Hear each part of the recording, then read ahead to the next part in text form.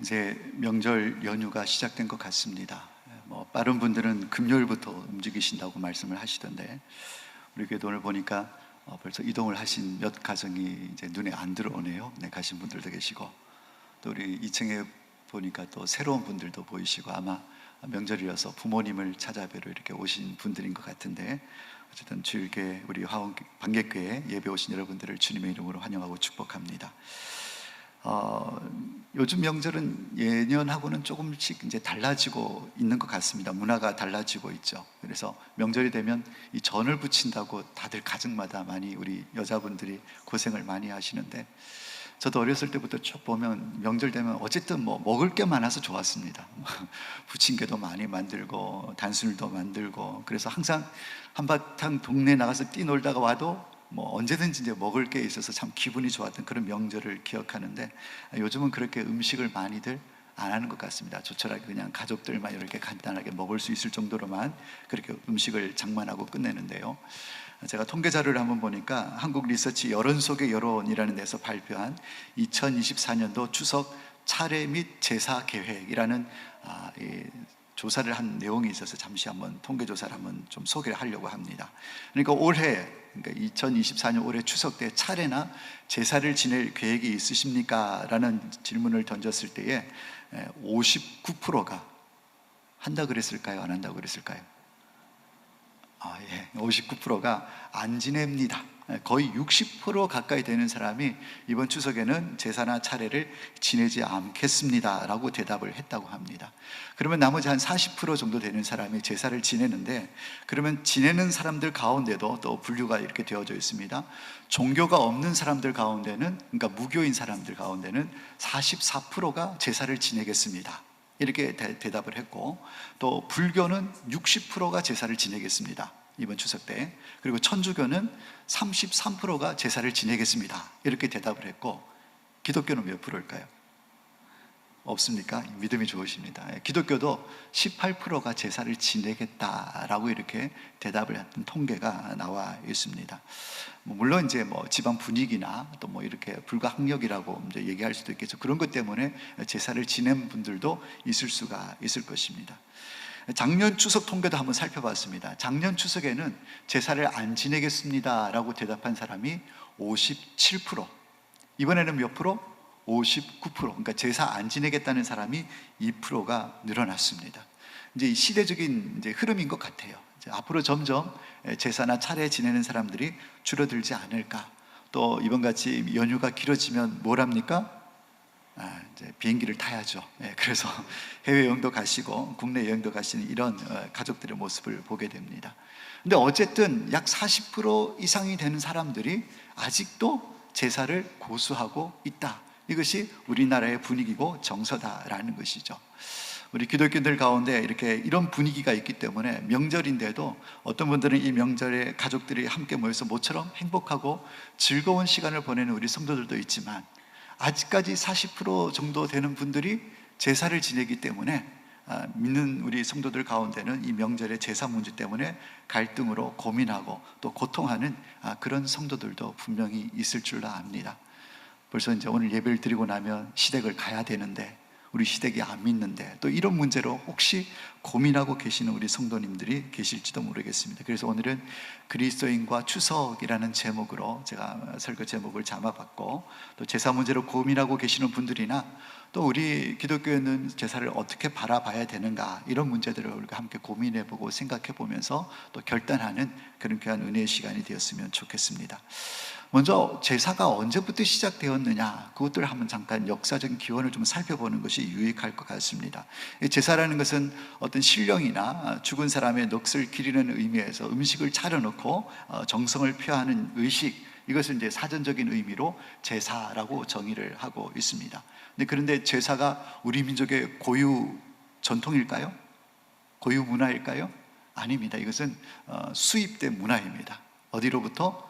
중국으로부터. 제가 뭐 자료를 여러 군데 찾아봤어요. 뭐 인터넷 강의도 보고 이렇게 많이 봤는데, 결론적으로는 중국에서 건너온 것입니다. 우리나라 고유 문화는 아니다라는 것이죠. 그리고 심지어는 중국에서 이 원래 제사의 성격은 죽은 사람에 대한 제사가 아니고 산 사람을 위한 제사의 의미를 갖고 있습니다. 산 사람을 높이고 하는 그런 의미로서 제사가 시작되었다라고 이렇게 되어져 있습니다. 근데 중국의 그런 제사, 심지어는 제사의 출발이 죽은 조상들을 향한 제사가 아니라 산 사람을 위한 제사였는데, 어떻게 해서 이게 우리나라에 들어와서는 죽은 조상들을 위한 제사로, 그리고 너무나 이 국민들 가운데 만연해 있는 제사를 이렇게 자리가 잡히게 되었는가라고 했을 때 여러 가지 견해들이 있습니다만, 제일 많이 나오는 견해들을 보면 바로 조선 건국 이 태조 이성계 이때부터 이 제사가 우리나라에 정착이 되었다. 그러니까 조선 시대부터 제사가 정착되어졌다라는 이런 의견이 있었습니다. 우리가 알다시피 이성계가 이렇게 힘으로, 무력으로 나라를 이렇게 정권을 차지하게 되지 않습니까? 그래서 한양으로 도읍을 옮기고, 그러니까 무력으로 이게 정권을 잡다 보니까 국민들로부터 신임을 얻지 못하는 것입니다. 그래서 국민들의 마음이 돌아서고 백성들의 마음이 돌아서고 막 그러니까 이 백성들의 마음을 돌이켜야 되니까 이성계가 이 무학대사를 찾아갑니다. 지금 나라의 형편이 이런데 어찌하면 좋겠습니까? 라고 했을 때에 무학대사가 조언을 해줍니다. 우리 민족은 예로부터 효성이 지극한 민족입니다. 그래서 제사를 많이 드리게 하십시오. 제사를 많이 드리면 이 백성들의 마음이 한 곳으로 모아지게 될 것입니다. 그래서 우리나라의 이 조선시대에 이 제사 문화가 정착되게 된 가장 큰 이유 중에 한 가지는 바로 이 정치적인 의도가 숨어 있다는 것입니다. 이성계가 민심을 한 곳으로 모으기 위해서 시도되어진 문화가 바로 제사 문화다, 이렇게 얘기가 된다라는 것이죠. 그리고 우리 제사상에 올리는 음식들이 있습니다. 뭐 올립니까? 안진에서 모르시죠? 대추 올라갑니다. 그 다음에 감도 올라갑니다. 밤도 올라갑니다. 근데 거기에도 정치적인 의도가 숨겨져 있다는 것이죠. 여러분, 대추는 씨가 몇 개입니까? 이 나라의 임금은 하나다라는 의미가 대추에 담겨져 있습니다. 그리고 밤은 알이 몇 개 들었습니까? 보통 한 개 들어있는 것도 있지만 보통 3개가 들어있습니다. 그것이 의미하는 바는 이 나라의 3정성을 둬서 영의정, 자의정, 우의정, 그것을 의미하는 거죠. 3정성을 둔다. 그 다음에 감은 씨가 몇 개일까요? 많습니다. 많은데 보통 6개가 들어있다고 그래요. 보통 6개가 들어있는데, 이것은 다른 게 아니라 이 나라에 육판서를 두어서 나라를 통치한다, 이런 의미가 이 제사상에 올라가는 음식에도 담겨져 있는, 숨어있는 정치적인 의도가 있다라는 것입니다. 그러면서 이 이성계의 이 정책으로 인해서 이 조선 땅에 이 제사 문화가 성행하게 되어지고, 시간이 점점 흐르면서 이 제사 문제가 이제 신분 상승의 어떤 그런 표현으로, 그리고 자기 집안의 세력이 얼마나 큰가를 과시하기 위한 그런 목적으로 막 많은 이렇게 막 진귀한 이렇게 제물들을 올리고 뭐 화려하게 제사를 지내고, 그러면서 점점 의미가 변질되어져 가는 것입니다. 그리고 거기다가 이 민간 신앙과 토템 신앙이 플러스가 되어져 가지고, 사실 이 제사라는 것은 유교의 관습이거든요. 여러분, 유교는 종교일까요? 종교가 아닐까요? 유교는 종교가 아닙니다. 보통 유교를 공자가 만들었다라고 얘기하는데, 공자는 유교를 만든 사람이 아니라 모두 흩어져 있는 이 교리들을 다 모아서 집대성한 사람이 공자인 것입니다. 종교라고 얘기할 때는 창시자가 있고, 그리고 창시자를 섬길 때 그걸 종교라고 흔히들 얘기를 하거든요. 근데 공자는 창시자가 아니거든요. 그냥 집대성한 사람입니다. 근데 유교에서 제가 찾아보니까, 유교에서 얘기하는 제사의 의미가 뭐냐고 하냐면, 유교에서 얘기하는 제사의 의미는 돌아가신 부모님을 추모하는 것까지입니다. 그러니까 음식을 차려놓고 하는 이 모든 행위가 돌아가신 부모님을 기억하고 추모하는 것까지가 유교에서 얘기하는 제사의 의미인 것입니다. 근데 오늘날 우리나라에 와서 이 제사는 어떻게 변질되어졌습니까? 추모하는 것이 아니라 조상신이 와서 음식을 먹고 복을 준다, 그래서 조상에게 복을 빈다, 우리를 지켜주세요, 보호해주세요, 이런 의미로 변질되어졌다는 것입니다. 그러니까 민간신앙이 합쳐져서 만들어진 것이 짬뽕 신앙이 바로 오늘날 우리 한국이 하고 있는 이 제사 형태라고 얘기할 수가 있는 것입니다. 그러니까 그러면 성경은 이 제사를 어떻게 바라보고 있는가? 이제 제사의 그런 전체적인 흐름을 우리가 보았는데, 그러면 성경은 이 조상 대해서 제사에 대해서 어떻게 말씀하고 있는가? 고린도전서 10장 20절 말씀에 보면 오늘 본문 말씀인데, 무릇 이방인이 제사하는 것은 귀신에게 하는 것이요 하나님께 제사하는 것이 아니니 나는 너희가 귀신과 교제하는 자가 되기를 원하지 아니하노라 그랬습니다.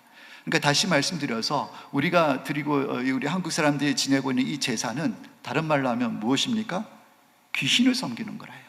그리고 귀신과 교제하는 것이 바로 이 제사가 가지고 있는 영적인 의미임을 성경은 분명히 말씀하고 있습니다. 여러분, 제사 지내는 장면들을 보신 분들이 많이 계실 텐데요, 보통 차례상을 이렇게 제사상을 옮겨놓으면 중앙에 위패를 놓지 않습니까? 근데 지방을 써서 이렇게 붙이는 위패가 있는데, 물론 한문 세대가 아닌 분들이 많이 계셔서 그 안에 뭐라고 적혀 있는지는 잘 모르신 분들이 많이 계시지만, 보통 위패에 보면 어떻게 적혀 있냐면 고인의 이름이 적혀 있고 그 밑에가 두 글자가 적혀 있습니다. 어떤 글자가 적혀 있냐면 신위라는 글자가 적혀 있어요. 고인 누구누구의 신위. 이 신위가 뭐냐면 신자가 귀신 신자고 위자가 자리 위자인 것입니다. 다시 얘기해서 이 위패를 놓는 요 자리가 어떤 의미를 갖고 있냐면 바로 귀신의 자리라는 거예요. 어떤 귀신? 돌아가신 조상신, 조상의 영이 임하는 자리가 이 자리다. 그리고 이 자리는 조상이 와 있다 하고 생각하고 거기다 뭘 하는 것입니까? 절을 하는 것이, 이게 이 제사의 문제라는 것이죠. 여러분, 이것이 왜 문제가 됩니까?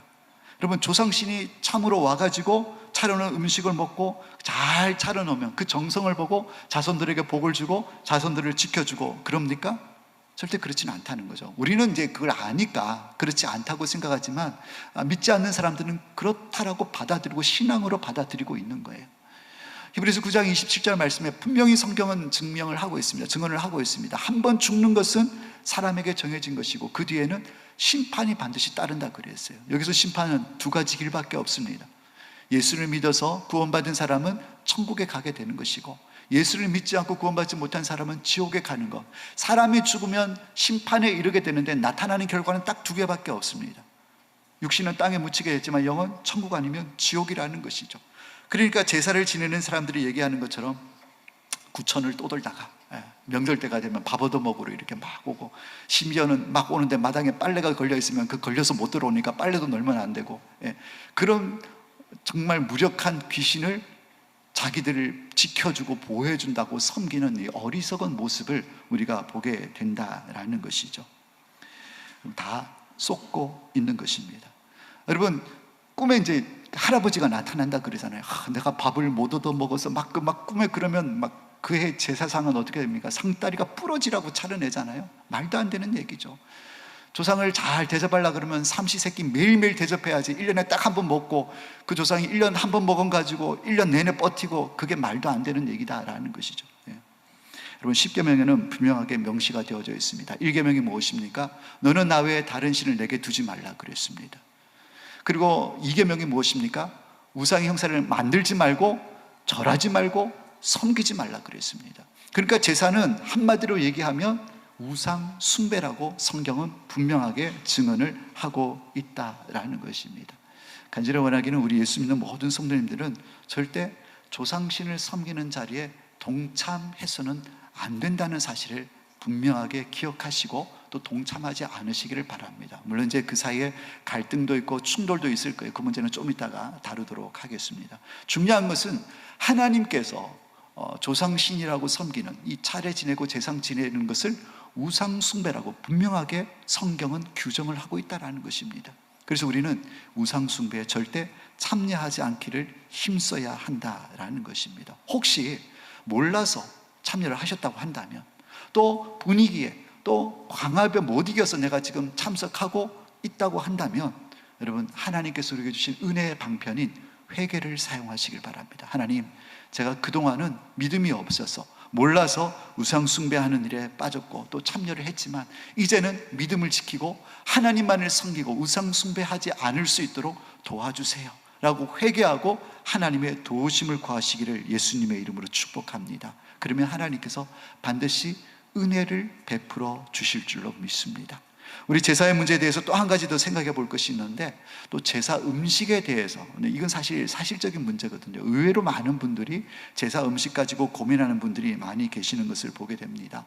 저도 어렸을 때 저희 부모님들이 다 믿기 때문에 동네에서 제사를 지내고 차례를 지내고 나면 이렇게 싸가지고 좀 드셔보라고, 이웃 사촌이니까 가져오시는 분들이 왕왕 계셨습니다. 제가 본 부모님의 모습은 이렇게 누가 들고 왔는데 대문에 이제 아버지가 이렇게 나가셔가지고, 아유 참 고마운데 우리 가정은 이제 예수 믿는 집이라서 이렇게 제사한 음식은 먹지 않습니다라고 정중하게 이렇게 양해를 구하고 돌려보내는 모습을 제가 기억을 합니다. 그래서 많은 분들이 제사에 올려진 음식은 먹으면 안 된다, 여러분 맞습니까? 아닙니까? 이런 분도 계시는데, 먹으면 안 된다라고 생각하는 분들이 많이 계십니다. 그러니까 그 남유다가 망하고 바벨론의 포로로 많은 사람들이 잡혀가지 않습니까? 그랬을 때 느부갓네살 왕이 똑똑한 사람들 따로 관리를 했습니다. 그 가운데 젊은 사람들 가운데 잡혀갔던 사람들 가운데 다니엘이라는 인물이 있었습니다. 그러니까 똑똑했으니까, 탁월했으니까 특별 관리를 했죠. 그래서 나라에 등용을 시켜서 좀 이렇게 사용해 보려고 아마 왕이 특별 관리를 한 것 같습니다. 그러니까 먹는 것도 특별한 음식을 준비해서 줄 수밖에 없었겠죠. 그런데 당시 이방 민족들 가운데 왕궁에서 소비되어지는 음식들은 대부분 어디에 드려진 거예요? 우상 숭배하던 그 제물. 왜냐하면 가장 좋은 것으로 드리거든요. 우상을 숭배할 때, 자기 신을 섬길 때 가장 좋은 제물들을 올려드리기 때문에 제사를 지내고 난 다음에 그 음식들은 왕궁에서 소비를 했단 말이죠. 좋은 거니까. 그러니까 그 음식을 이제 다니엘과 새 친구들에게 이렇게 주니까 다니엘이 어떻게 얘기를 합니까? 환관장에게 우리가 안 먹겠습니다. 우리는 먹을 수 없습니다. 뜻을 딱 정하고 우리 안 먹겠다라고 얘기를 했습니다. 그래서 그런 모습을 보면서 예수 믿는 사람은 어떠한 일이 있어도 우상 숭배하는 음식을 먹으면 안 된다, 제사 음식을 먹으면 안 된다, 이렇게 얘기하시는 분이 있습니다.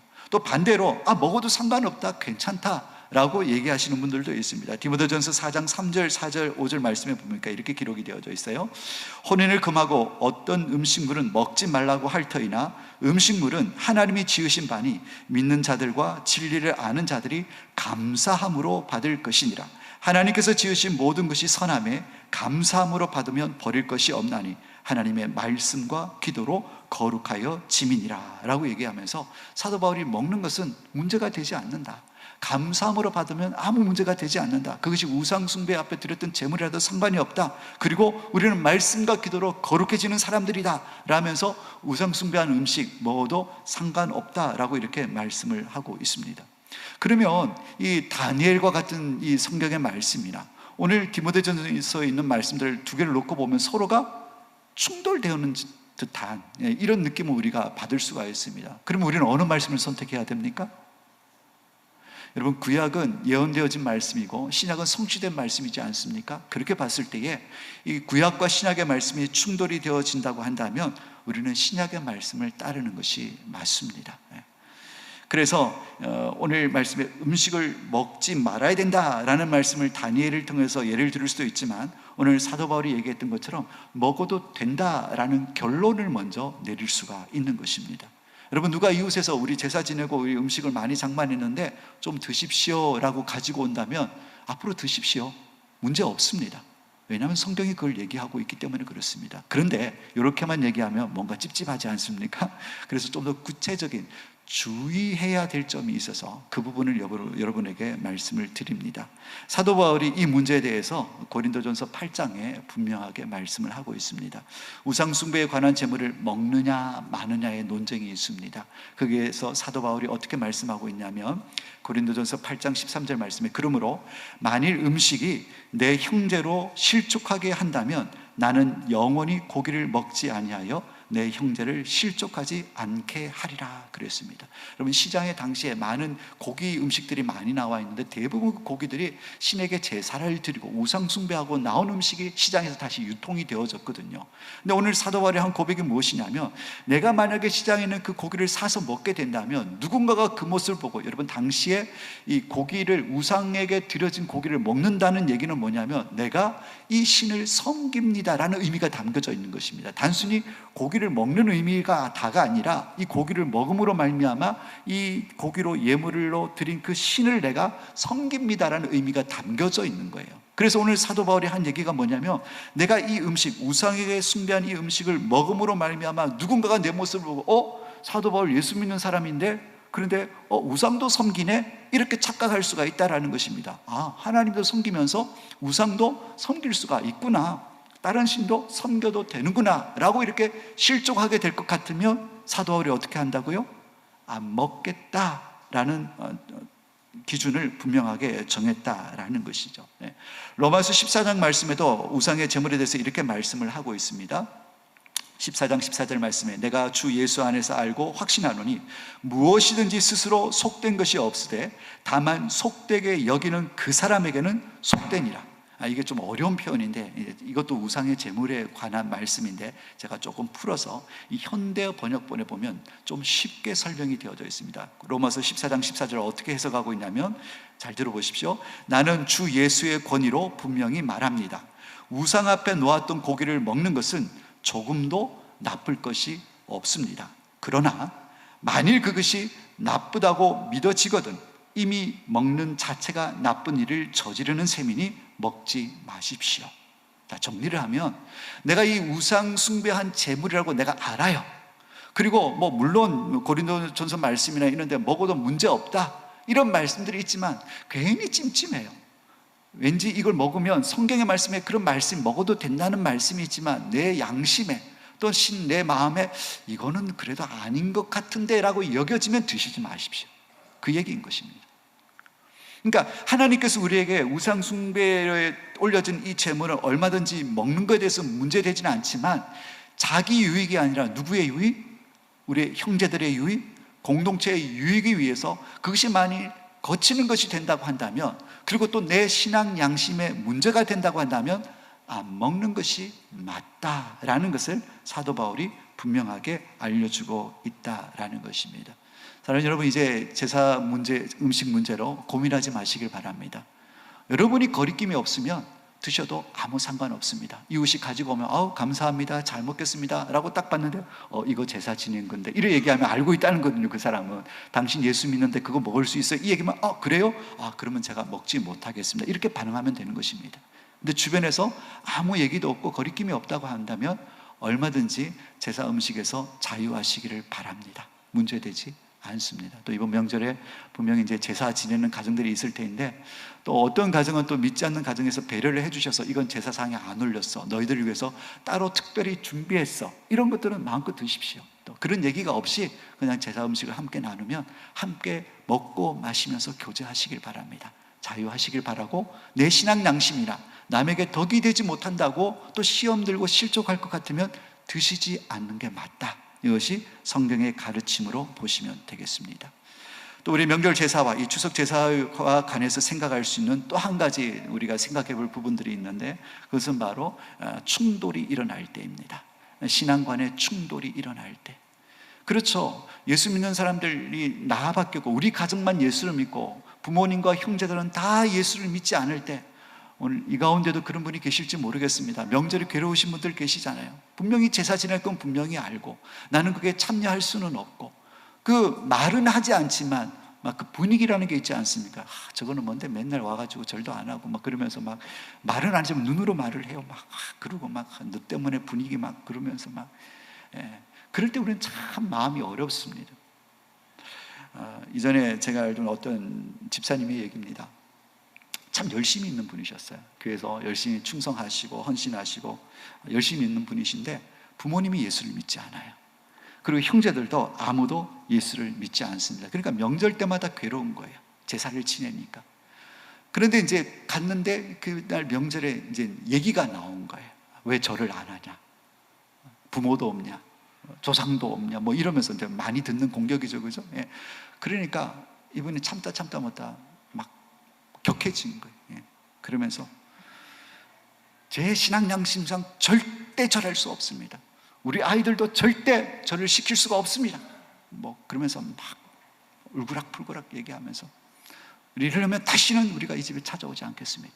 그러면서 남편하고 아이들하고 짐을 다 챙겨서 집으로 명절날 제사 지내는 그 아침에 돌아왔다고 합니다. 그러면서 돌아오는 차 안에서 가족끼리 서로 격려하면서 그래, 그래도 우리 믿음 지켰잖아, 우리 절 안 했잖아, 그러면서 막 집으로 돌아왔다는 그 얘기를 제가 들은 적이 있습니다. 어떻습니까 여러분? 좀 씁쓸하지 않습니까? 여러분, 물론 우상 숭배하지 않고 가족들의 그 분위기에 또 부모님의 그 권위에 굴복하지 않고 믿음을 지킨 것은 참 잘한 일입니다. 정말 귀한 일이죠, 믿음을 지켰으니까. 근데 한 가지 안타까운 것이 있습니다. 태도의 문제는 그 태도.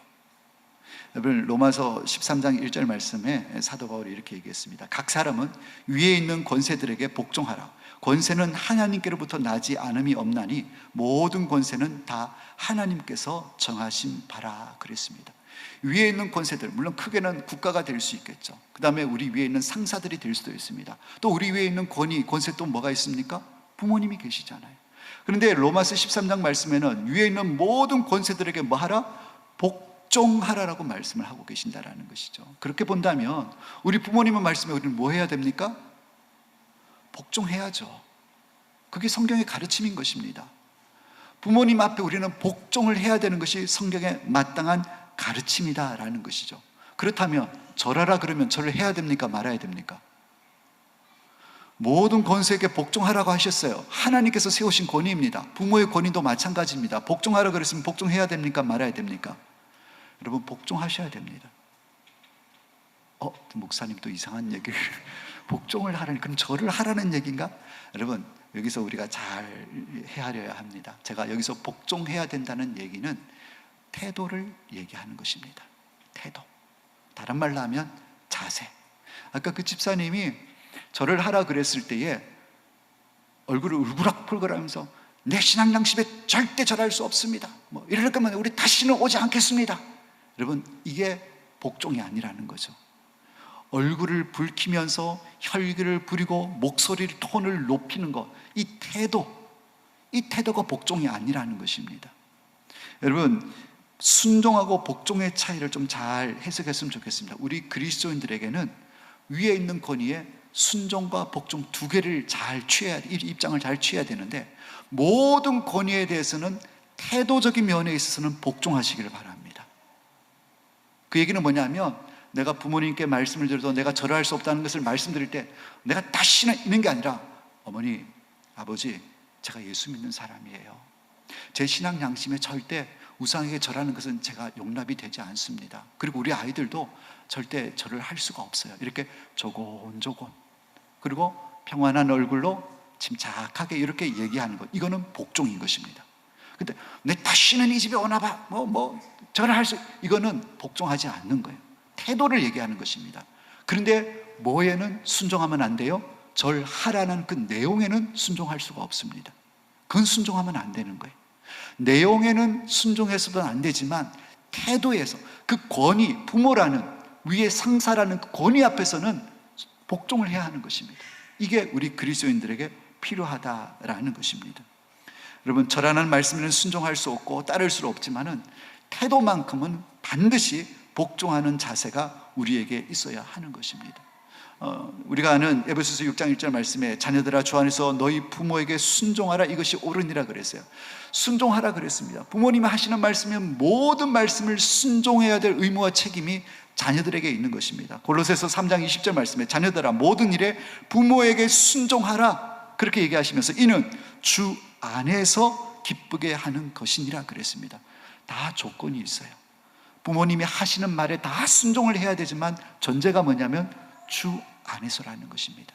그러나 우상에게 절하라고 얘기하는 그것은 주 안에서의 순종이 불가능한 것입니다. 그것은 하나님의 말씀과도 십계명과도 정면으로 위배되어지는 말씀이기 때문에, 주 안에서 용납되어지지 않는 말씀이기 때문에 우상에게 절하라는 말씀은 순종할 수가 없지만, 그때는 뭐만큼은?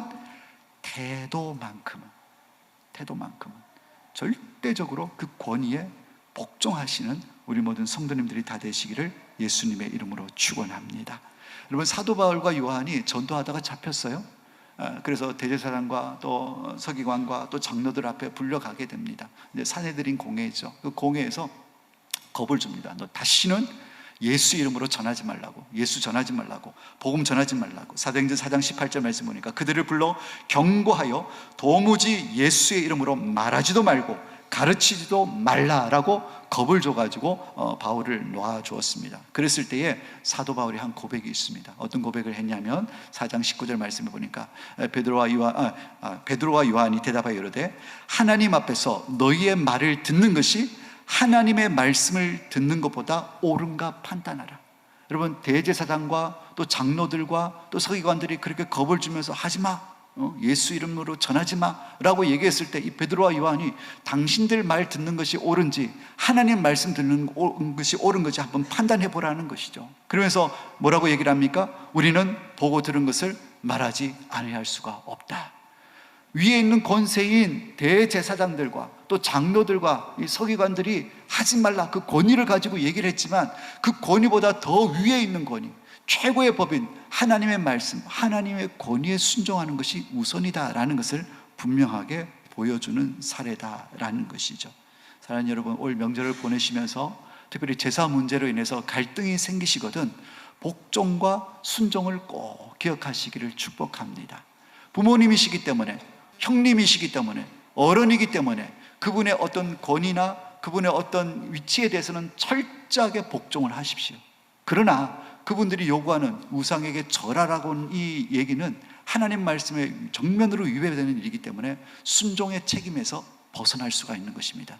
그것은 순종할 필요가 없다라는 것을 기억하시고 올 명절에 그런 갈등 가운데 있는 분들 믿음으로 잘 승리하시기를 축복합니다. 그러면 우리 그리스도인들이 마지막으로 우리 추석을 어떻게 해야 하나님을 기쁘시게 하며 보낼 수 있겠는가? 한 3가지만 더 살펴보고 말씀을 정리하고자 합니다. 먼저는 이번 추석을 보내시면서 우리 모든 가족들의 영적 상태를 점검하는 계기로 삼으시기를 바랍니다. 이스라엘 백성들은 절기 때마다 가족들이 흩어져 있다가 다 모였어요. 모여서 뭐 했냐면 제사, 하나님 앞에 예배를 올려드렸습니다. 흩어져 있었으니 그동안 어떻게 지냈느냐 그러면서 제사를 드리면서 우리는 여호와 하나님만을 섬기는 민족이다 라면서 각종 절기를 통해서 예배함으로 하나님 앞에 영광을 올려드렸습니다. 그리고 그 아름다운 신앙의 유산들을 자기 자녀들에게 계속 대물림을 했다라는 것이죠. 그래서 이번 명절 때에 여러분 우리 자녀들 직장 가서 나가 있는 우리 자녀들, 타지에 있는 자녀들이 이제 명절이라고 찾아오지 않습니까? 그러면 우리 부모님 되신 분들 우리 자녀들의 영적 현주소가 어딘지를 꼭 점검을 해보시길 바랍니다. 신앙생활은 잘하고 있니? 어디 교회 출석하고 있니? 안 하고 있으면 너 믿음 회복해야 돼. 아버지가 기도하고 있다. 그래서 그들의 신앙을 점검해 주어야 한다는 것입니다. 그냥 내버려 두지 마시고 꼭 점검하셔서 그들이 신앙생활을 할 수 있도록 권면하고 도와주실 수 있기를 바랍니다. 그것이 하나님이 기뻐하시는 명절을 보내는 방법입니다. 또 한 가지는 가족들과 이웃을 돌아보는 귀한 계기로 삼아야 하는 것입니다. 특별히 가족과 형제들을 돌아보는 명절이 되었으면 좋겠습니다. 여러분, 부모님 찾아가는 건 정말 중요한 일입니다. 우리가 잘 찾아가서 뵙기가 어렵지 않습니까? 그나마 명절 기간이나 되니까 찾아갈 수 있는 이런 기회가 주어진 것인데 여러분 열심히 찾아가셔서 부모님 형편도 살펴보시고 또 형제들의 형편도 한번 돌아보시고 또 함께 아픔이나 기쁨을 나눌 수 있는 그런 명절을 보내셨으면 좋겠습니다. 디모데전서 5장 8절에 이렇게 말씀을 하고 있습니다. 누구든지 자기 친족, 특히 자기 가족을 돌보지 아니하면 믿음을 배반한 자요 불신자보다 더 악한 자니라. 여러분, 형제들 돌아봐야 하는 것입니다. 부모를 돌아봐야 하는 것입니다. 우리 그리스도인들이 부모를 돌아보지 아니하고 형제를 돌아보지 아니한다면 믿음을 배반한 자라고 말씀하고 있습니다. 안 믿는 자들보다도 더 악한 자라고 말씀을 하고 있습니다. 꼭 찾아가셔서 돌아보시는 그런 귀한 명절이 되시기를 바랍니다. 여러분, 명절이 끝나고 나면 이런저런 얘기를 많이 들어요. 저도 이전에 어떤 분한테서 그런 얘기를 들었습니다. 명절 됐는데 우리 형님 댁은요 곱빼기도 안 보여요. 막 이렇게 얘기를 해요. 뭐 하나 보내고 끝냅니다. 설날에 한번 오고 추석 때는 가족끼리 놀러 갑니다. 그리고 어쩌다가 설날에도 오면 전부 치고 힘든 일 다 끝나고 나면 밤늦게 와가지고 맛있는 거 다 먹고 가기는 총알같이 1등으로 갑니다. 이렇게 얘기하고 자기 자식들은 용돈 꼬박꼬박 다 받으면서 조카들은 용돈 하나 안 챙겨줍니다. 근데 알고 보면 알부자예요. 잘 살아요. 그리고 더 기가 막힌 것은 교회에서 칭찬받는 장로, 권사, 집사래요. 우리 가운데 그런 분들 한 분도 없으시기를 예수님으로 축복합니다. 조카들한테 용돈 많이 주시고 일찍 가셔서 전도 붙이시고, 서로 돌아보고 교제 나누는 이런 모습이 있었으면 좋겠습니다. 특별히 믿지 않는 가족들에게 또 복음 전하시고, 그래서 가족들이 주님 앞으로 돌아올 수 있도록 또 기도하고 도와줄 수 있는 그런 계기가 이번 명절이 되었으면 좋겠습니다. 그리고 마지막으로 당부드리고 싶은 것은 꼭 명절 아침에 예배로 하나님 앞에 영광을 돌리시기를 예수님의 이름으로 축복합니다. 여러분, 예배는 우리의 존재 이유와 가치입니다. 여러분, 세상 사람들 보십시오. 그들은 정말 아무것도 아닌 그 종이 쪼가리 하나 그 앞에 절하기 위해서 새벽같이 일어나서 어떤 분들은 목욕제게 하시고 음식 준비하시고 밤늦게까지 음식 준비하고 그래가지고 새벽에 잠자는 애들 다 깨워가지고 옷 다 입히고 그래 나와서 절합니다. 그 귀신 앞에도 그렇게 정성을 다해서 절하고 섬기는데, 살아계신 만군의 여호와 하나님을 믿는 우리가 명절날 세상은 저렇게 정성을 다해서 귀신을 섬기는데 우리는 하나님 앞에 예배하지 않는다? 이것은 좀 생각해 봐야 할 문제인 것입니다. 나가시면 필경대에 명절 예배 순서지가 비치가 되어져 있습니다. 이번 명절 아침에 꼭 가족들과 함께 예배하시는 우리 성도님들이 다 되시기를 예수님의 이름으로 축복합니다. 그리고 예배하신 후에 뭐 하시냐면 나누세요. 뭘 나누냐? 야, 너 이번에 어디 학교 냈냐? 뭐 이런 거 묻지 마시고, 너 시집 언제 가냐? 이런 거 묻지 마시고, 뭘 해야 되냐면, 우리 부모님, 믿음의 신앙의 부모님이라고 하신다면, 우리 할아버지가, 너희 할아버지가 살아계실 때 이런 일이 있었어. 그때 엄청난 어려움이 있었지만 그때 기도하고 하나님께 매달리고 그래서 엄청난 하나님의 은혜를 체험했어. 그러니까 믿음의 우리 조상들, 윗대 어른들의 아름다운 신앙의 유산들을 우리 자녀들에게 들려주시길 바랍니다. 그리고 각자 흩어졌던 자녀들이 모이면 어떻게 살았냐, 그때 어떻게 이겼느냐, 야, 내가 너희를 위해서 얼마나 기도했는지 알아? 그러면서 각각의 신앙의 간증들을 풍성하게 나누시길 바랍니다. 하나님께서 하신 일들, 하나님께서 도와주신 일들을 자녀들에게 들려주시길 바랍니다.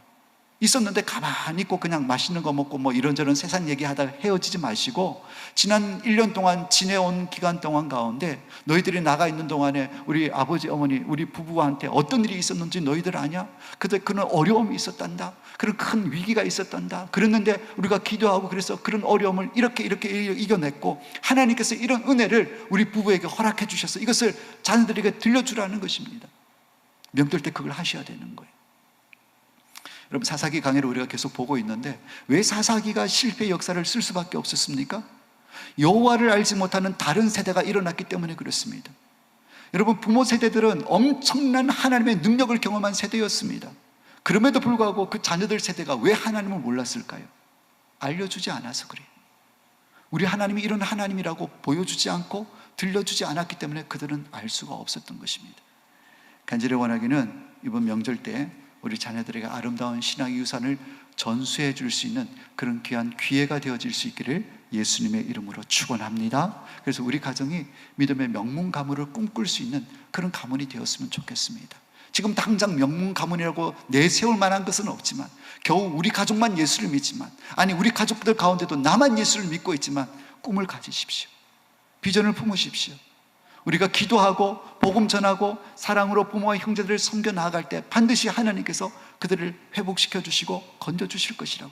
그래서 명절이 되면 더 이상 제사가 아니라 온 가족이 함께 모여서 사철의 봄바람 불어있고 이러면서 하나님께 예배하고 찬송할 수 있는 그런 가정이 될 수 있도록 은혜를 부어 주옵소서라고 기도하시는 우리 모든 성도님들 되시길 바랍니다. 그래서 이번 명절 때 오늘 주신 말씀 붙들고 특별히 제사 문제로 시험 들거나 또 힘든 일 없으시길 바라고, 또 주신 말씀을 쫓아서 정말 예수만 섬기는 우리 가정, 믿음의 명문 가문을 꿈꾸고 준비하실 수 있는, 그래서 누릴 수 있는 우리 모든 성도님들이 다 되시기를 예수님의 이름으로 축원합니다. 기도하겠습니다. 하나님 감사합니다.